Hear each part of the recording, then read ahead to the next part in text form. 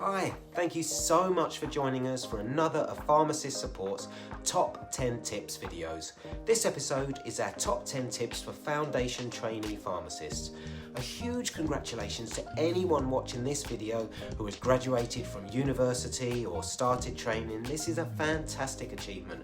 We hope our top 10 tips can help you think about some of the things that may help your training to run more smoothly and how to overcome challenges should you experience any. So in no particular order, here we go. 1. Read to get in the lead. Now, many of the calls we get from students or trainees who are worried about a particular situation are because they're not aware of the relevant guidance that can help them. Many situations in life unfortunately don't come with a manual to refer to. Luckily, this is not the case with foundation training, and there is the GPHC Foundation Training Manual. This includes so much important information, so do make sure to read it carefully. At Pharmacist Support, we also have a dedicated section of our website called I Need Help Managing My Trainee Experience.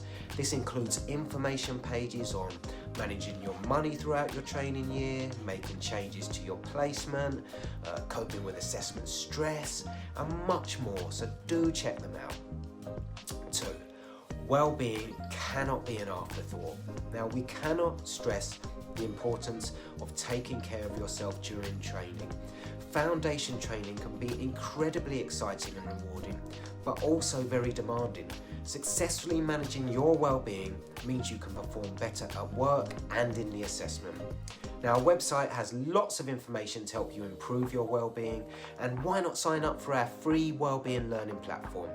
This has free workshops on topics such as well-being during foundation training, the science behind well-being, time management, getting mentally prepared for the assessment, and much more. Now, while self-help has made such a difference for many trainees, some trainees will need to access support. If you're feeling stressed or are struggling with your well-being, you should not have to cope on your own. We can offer free support to trainees that can help. Visit our website, pharmacistsupport.org, to see how our Listening Friends peer support from another pharmacist or counselling services can help you. 3. Be confident and respectful. Now, being confident but humble and respectful can be a key part of a successful training placement. You should absolutely be confident in what you've achieved and the skills and experience you've gained, but also be open to learn from all members of the pharmacy team who should be equally valued. Using assertive communication skills to communicate with confidence, kindness and empathy can ensure a win-win for you and your colleagues. Now, assertiveness is not natural to everyone, but the great thing is it can be learned. Check out our free Assertiveness Wellbeing Workshop on our Wellbeing Learning Platform for help with this. And I'll let you know more about our Wellbeing Learning Platform just a little later in the list. Now, do note that being humble and respectful does not mean you shouldn't speak up if you have concerns about any practices in your pharmacy, especially if they may impact patient safety. And we'll have a bit more information on raising concerns later. 4.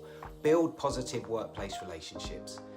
Now, you don't need to be best friends with anyone you work with, although you might be. Many people make lifelong friends through work. However, it is important that you build positive workplace relationships with all the pharmacy team to ensure a safe working environment and yours and the team's success. To find out more about building positive workplace relationships, check out our webpage in the work section of our website and our workplace relationships video, especially for trainees, on our YouTube channel and Wellbeing Learning platform. 5. Remember, you are training and working. As a trainee, you should be surplus to staffing requirements. Trainees are not to be used to fill gaps in staffing levels.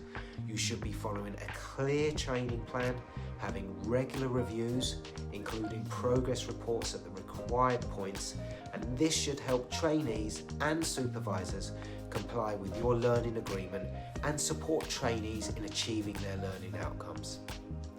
Do always refer to the GPHC training manual so you're clear about what your training must contain. However, it is important Also to remember you are a paid employee and will be expected to work as a valued member of the pharmacy team. Not every task will be directly related to your training, and showing willing to help with these tasks can really help you to integrate with the team. 6. Remember your TASH and get help if you need it. Now, most trainees do have a really positive experience. However, some people will encounter difficulties during training. If you do face challenges in your training, well, what's the secret to overcome them? Take action or seek help as soon as you can, and you can remember this as TASH. Now, this may sound obvious, but it's so important. If you are having any difficulties, the longer you leave things, the more problems it can cause you. If you experience difficulties with your training or have concerns about any practices where you work, we hope you are in an environment where you feel you can speak up or raise concerns with your designated supervisor if you need to. We do understand some trainees may not feel this is the case. If not, and available to you, you could seek support through your HR department or foundation training lead. For trainees experiencing difficulties whose training is overseen by organisations such as NHS England or Health Education England, Health Education and Improvement Wales or NHS Education Scotland, speaking to these organisations as soon as possible to discuss your options can be important. Alternatively, you can contact your trade union, for example the Pharmacists Defence Association, PDA, which is free to join for students and trainees, or us here at Pharmacist Support. If you have concerns about the quality of your training or practices that may impact patient safety, you can raise concerns with the GPHC. The PDA may be able to assist you in doing this and can provide professional and employment advice. If you are considering making changes to your foundation training, there can be many issues to consider, such as your employment contract, sign-offs, banking your training, the limited training grant, and when you can sit the assessment.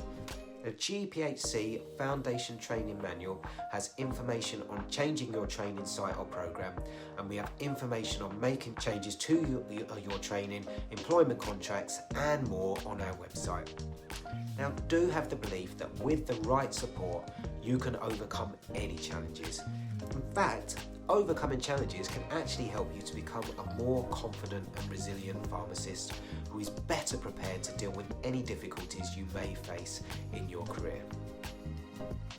7. Make sure you have progress reviews at the required points. You should be in regular contact with your designated supervisor about your progress, and you need to have your official progress reviews at weeks 13, 26, 39, and of course there's your week 52 final declaration, which you need to register as a pharmacist along with a pass in the registration assessment.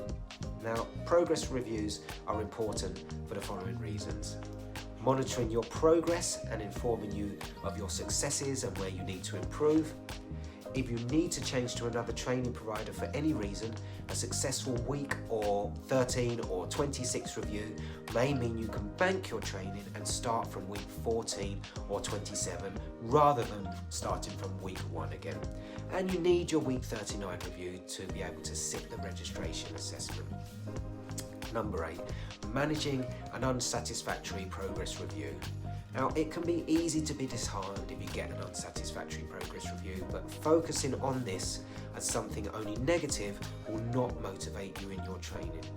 Unsatisfactory progress reports are common. Again, overcoming these challenges can actually make you a more confident and resilient pharmacist than someone whose training has just been plain sailing. You can challenge irrational or negative beliefs about these things to turn them into more empowering ones using a cognitive behaviour therapy process known as the ABC process.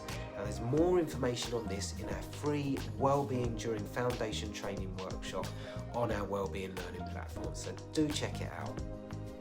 Now, an unsatisfactory progress review is not the end of the world, as long as you are working on clear goals with your supervisor that would result in a satisfactory sign-off at your next progress review point, or even better, being reviewed earlier. 9. Show me the money, managing your finances during training. Now, Receiving a salary may feel fantastic, and after 4 years of student living, it may be tempting to treat yourself, which is great. However, you should remember that you also need to think about the long term and consider how you are going to budget for your foundation training year and beyond. In particular, you'll need to think about planning for the costs of the assessment, any gap between receiving your final trainee salary and salary as a pharmacist, and the costs of registration. For more information on managing your money during foundation training, see our Foundation Trainee Pharmacist Overview webpage in the I Need Help Managing My Trainee Experience part of the website. This includes information on what to do if you have no income before or after training, on managing debts and financial difficulties during the training year, and the support we can offer, such as benefits and debt advice and financial assistance. And 10. The assessment, adjustments, and fit to sit. So for our final tip, I just want to say a few words about the registration assessment. Now, if you need any reasonable adjustments, make sure to check the GPHC training manual and website for important information. Also, visit our webpage for our information on applying for and using adjustments. So do also think carefully about when the right time is to sit for you. Many trainees will have some anxiety about the registration assessment, and looking after your well-being, of course, can give you a much better chance of being fit to sit the exam. However, for some people, the pressure of sitting the assessment and the anticipation of results becomes too much, particularly while training. Or for lots of trainees, they simply feel they haven't been able to revise and prepare enough to be confident they'll pass the assessment. Now, if you're aware of any illness or personal issue that could negatively affect your performance in the assessment, the GPHC stress the importance of only sitting if fit to do so. You only get 3 attempts, and if you put off the assessment, this could give you the time you need to revise to ensure success. Now, think carefully, make sure you read the GPHC information on assessment withdrawal, nullification and appeals, and you can always speak to us if you have any doubts at all. However, for some trainees, it is a case of common exam nerves, and with the right preparation, you will be able to sit at the first opportunity. Again, do check out our Get Mentally Prepared Wellbeing Workshop to help you get in good shape to perform your best. And this also has more information on being fit to sit. If you pass at your first attempt, that's fantastic. If you don't, we know this can feel really tough, but please try not to worry. You're not alone, and again, this can be a valuable learning experience that will go towards making you a more confident and resilient pharmacist. Now, we have a webpage on our website about using the CBT ABC process to help if you don't pass the assessment.